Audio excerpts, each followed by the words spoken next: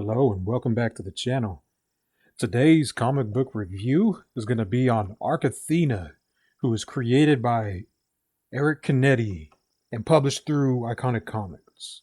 So just like always, we're going to be reviewing the art, the story, and then the quality of the book.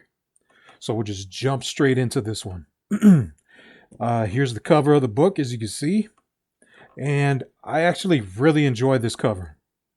And I enjoyed it much more after I finished reading it because it shows the dynamics of the two different teams and all the different um, uh, characters and stuff. It plays into the plot of the actual story, which is basically ATHENA is this team of heroes right here. And this team of heroes, they get all the spotlight, they get all the renown and everything. And then another team called Poseidon is these group of heroes right here. And these ones are behind the scenes doing the actual heavy lifting. And this cover kind of captures that dynamic pretty well. You have ATHENA, that's they're in the foreground and they're more prominent on this cover. And then you have these guys who are underneath everything, more obscure and all that. And so I like this cover. I really like it. So good job with that. So we'll look on into the interiors. The interiors are freaking gorgeous, man. I specifically back this because of Eric Canete's art style. I just really love it. It's very unique and it's entertaining because like he's very creative with his character designs, and that's one of my favorite parts of this whole book is the character designs and how they use their powers and abilities. It just looks freaking gorgeous. And so like here's a good double page spread of the ATHENA team. Here you see some of the action sequences of them. You see some of the characters and designs and all that. Absolutely love it. Absolutely love it. Gorgeous artwork, awesome character designs. Yeah, I just love it. And then here's Poseidon, and you have all these different guys, and each character, man, each character is very different, and they have a unique design, and so they all stand out from each other. Like you have this assassin cyborg lady. Her name is hypersexual, and we'll explain why once we get to the story part. You got Gristle, this guy he's the leader of Poseidon. Old man Strength, who's my favorite character. That guy's freaking dope.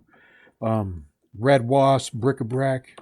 I forget what her name is, but she's cool too. And then you got this guy. I don't remember his name, but he's just a big robot. Pretty cool. And all their powers are unique, and all their designs are freaking unique and just awesome, man. And so the art style, A+, absolutely love it. And so now I want to get into the actual story. The story of this book, goodness, man. Like I like the story much more than the art. But I do want to say something too, man, because like I was a little bit, I don't want to say hesitant, but I wasn't expecting much out of this. And the reason I wasn't expecting much is because I typically do not like teen books. And the reason being is that teen books, they usually don't go too in depth in individual characters.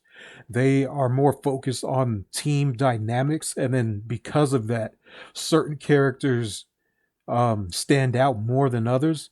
And if you like a character that's not one of the standouts, like it's just tough luck. Like, for example, like Martian Manhunter, one of my favorite superheroes within comics. When he's in the Justice League, like he has his specific role in the Justice League, but he's usually outshined by the other members. So like, you know, Superman, Batman, Wonder Woman, Green Lantern, Flash. Um, and he's less prominent and takes more like a, I guess like a strategist role than anything. But he's usually not very prominent in those books. But in his solo titles, he's freaking awesome. But but regardless, that's usually why I do not like teen books, is because of that. But this book, it, you know, like it shines fairly well because each character, you know, gets their turn in the spotlight. Some, you know, some don't, but the story is what really engaged me into this thing, because you have this big company, um, who basically put together these two different teams, Arc Athena and Arc Poseidon. And Arc Athena, they are the ones that get all the spotlight. They're the ones that the public sees and the public acknowledges as heroes. And on top of that, they are also constantly followed around. Like during these heroic events, like they're going off to this. Let's get that glare off. They're going off to this structure, which is some type of like oil rig or oil refinery or something in the middle of the ocean. It's being attacked by aliens, and they're sending the Arc Athena team out there to deal with the threat, or quote unquote, they're sending Arc Athena over there to deal with the threat. And as they're doing that, they activate these things. What are they called? Uh, yeah, they're just called follow cameras, which are these little devices right here, these little flying spheres, and they follow the team throughout the whole skirmish. And they're broadcasting it to the world. So here you got this page, and you have all the different, you know, all the different areas where people are just watching this thing happen live on their telephones. And so like Los Angeles, Dubai, Madrid, Stockholm, Rome, Kingston, uh, everywhere. And so they're broadcasting this thing live, showing off this new team they assembled, and this is their current Arc Athena squadron, and it's led by her right here, who is Divana, and then you have all the other team members right here, and each one of them has a unique power, unique abilities, and then they are also they have a social media presence as well. And so, like for example, the leader of the team, Divana, it says right here she has hard light energy projection, so something similar to like Green Lantern. Um, but she's also a beauty and branding icon. She's former military, and she has 600 million followers. And so each one of these people have something similar to that. So like this guy, Cyan Flamingo, um, you know, like he could fly because of his, you know, his feet. He has the wings and stuff connected to his back and his feet. Um, and he's an alternative lifestyle guru and all persons advocate. 200 million followers. So they all, each one of these guys has a social media presence to go along with it. So they're kind of commercialized, basically. And so here's the beginning of their skirmish. They're fighting these little aliens right here, and they got the cameras following them and everything. And so and they also have this supportive team, which is basically just highly trained military people with some like technology, so like uh, advanced weaponry and jetpacks and stuff like that. But these are just normal guys. Well, not normal. These are just humans, no superpowers. And yeah, and so they're taking down these aliens and all that. And then underneath everything, you have this team. This team is Arc Poseidon. Arc Poseidon is the team that actually does the heavy lifting and actually saves the world from stuff. But they are relatively obscure, and to my knowledge, I don't think the population even knows these guys exist.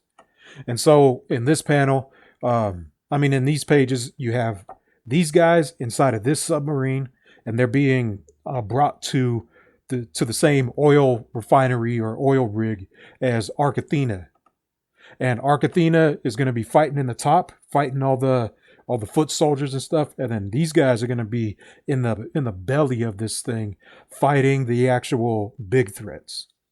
And so here you got them in this little bubble going, traveling through the ocean. You have Gristle right here. He's the leader. He's telling the robot to fight this big snake serpent to go take care of that. And then they land inside the facility, and they're immediately met with these foot soldiers. You have hypersexual. And before I continue, I love the names that Eric Canete went with, because the names they remind me of like the old WWF wrestlers, like the Iron Sheik, the Undertaker, the Ultimate Warrior, Andre the Giant, like all those guys, because their names emphasize their persona and like who they were. And this, the names of these people, of these heroes, it's the same thing. So you have hypersexual, who's she's a psionic cyborg, and so what her power is, she could basically do like a form of mind control, and it's from like in this book, she's able to cause sexual arousal in these creatures and even in people, and then she does that to distract them while she cuts them to pieces with her cybernetics. So like she has 4 arms with sharp swords. Sorry. And she just cuts them to pieces, just absolutely destroys them. And uh, and then this is them going through the other team. You got Brick-a-Brack, who's this guy's pretty cool. He's a teenager. Well, what is it? I'll just read the thing. It's like Brick-a-Brack is a metamorph and a biological symbiote wrapped around a 15-year-old kid named Sam. He turns his body into living weaponry. So that's his powers. Old man strength. This guy is, in my opinion, is the coolest guy in the whole comic. I really like this character. He gets his strength from these bracers that are around him, and they're called ghost handcuffs. And they're powered by mystical beings and gods and stuff that are trapped inside him. And he's able to do like all this cool stuff with it. Golden Iris is that girl, or not girl, the woman that was said, I forgot her name. Um, she has her own set of powers. Very cool character. Red Wasp. He's basically just like a cybernetic ninja. He could make duplicates of himself. And then they're down here fighting basically the same swarm of enemies that ATHENA is fighting at first. But once you turn the page, and then you got this guy. This guy's pretty dope too. He's an AI, artificial intelligence put inside a huge cybernetic robot, and he's killing the huge snake creature that we saw earlier. We have this character right here, and then these two. And these two are going to be the big baddies that Poseidon fights. And so here we see another ability that hypersexual has. Like because she's a psychic, she's able to translate this language for everyone. So we could see what this person is saying. And you see it in the next panel. She's translating it and all that. And then here she's speaking English. And so and she gives a command to her 2 goons that we saw on the other page, and they turn into these gigantic like kaiju beasts. And you see one of them right here. That's the head of one. And then on this panel, just 2 huge monsters.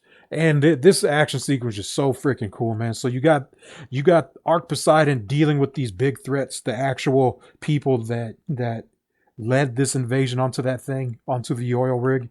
They're fighting all that, and these are just beautiful pages, man. You got, gosh, it's just so cool. And then You see how competently they're able to work with each other, and that's what you see throughout this book. Like you see they compare and contrast the two teams, and so Arc Athena, they're boastful, they're all about the spotlight and all that, but they're extremely undisciplined and they're very reckless, and you see how that plays out later in the story.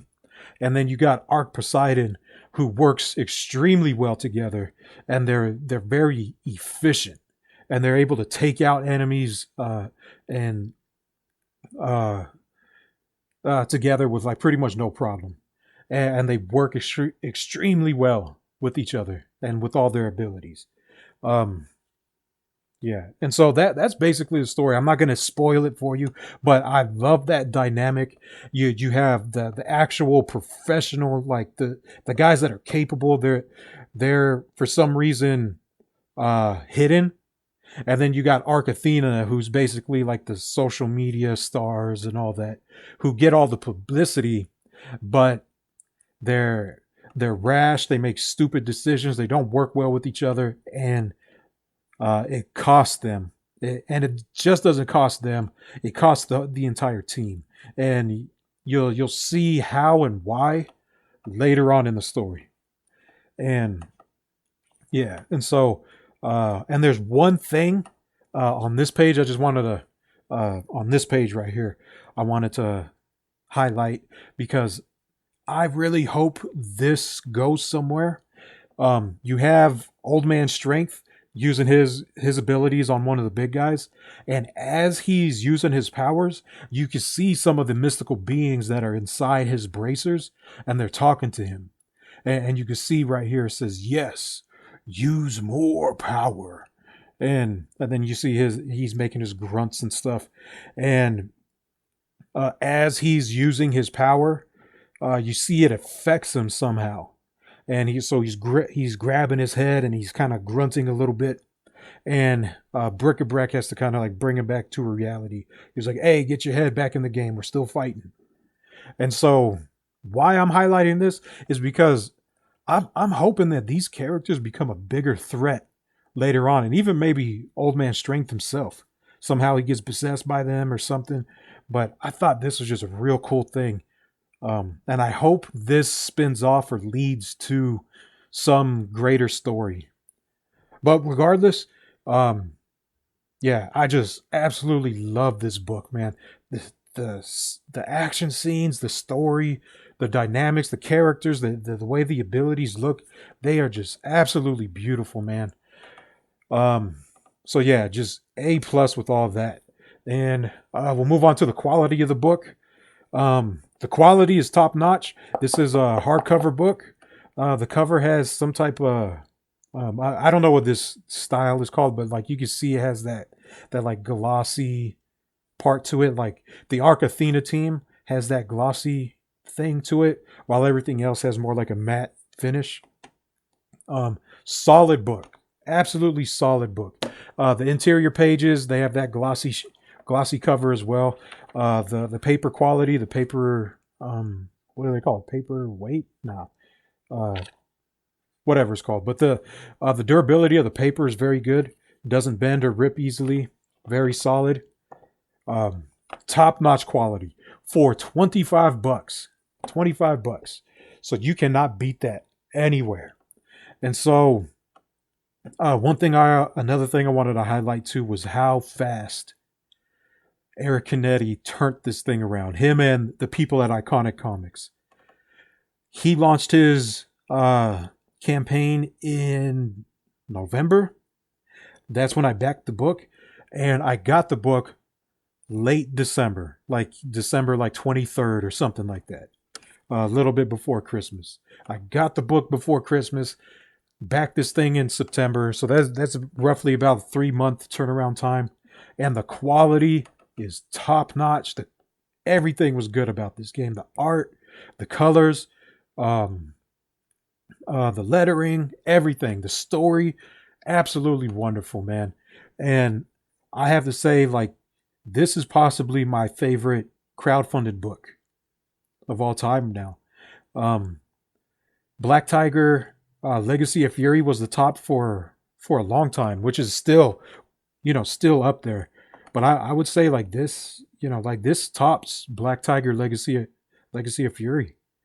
This the art is amazing. The story, I've really enjoyed it. It blew away my expectations, and I'm definitely getting the next one. I plan on getting on all six, to be honest. Um, yeah, and then on top of that, I also got Eric Canete's art book that came with it. It's called the Drop Book. I'm not going to go through the whole thing, but this is just sketches and other thing, just his art, and just put inside. And some is line work, some is colored, some isn't. You got Skeletor, what is that? He-Man and his kitty. Forget the cat's name. But yeah, that's all it is. And extremely good stuff, man. He had another thing that was in the campaign, which I didn't get it because I was just testing out this thing. I already knew I liked his art, so I had no problem getting the art book. Um, but he has another version of Arc Athena, which is just the line work, and it's a large book. It's I think it's I don't know. I don't know the dimensions. I think it's bigger than this. I think it's bigger than the art book, or maybe the same size. I don't remember. But it was basically just the line work of Arc Athena itself.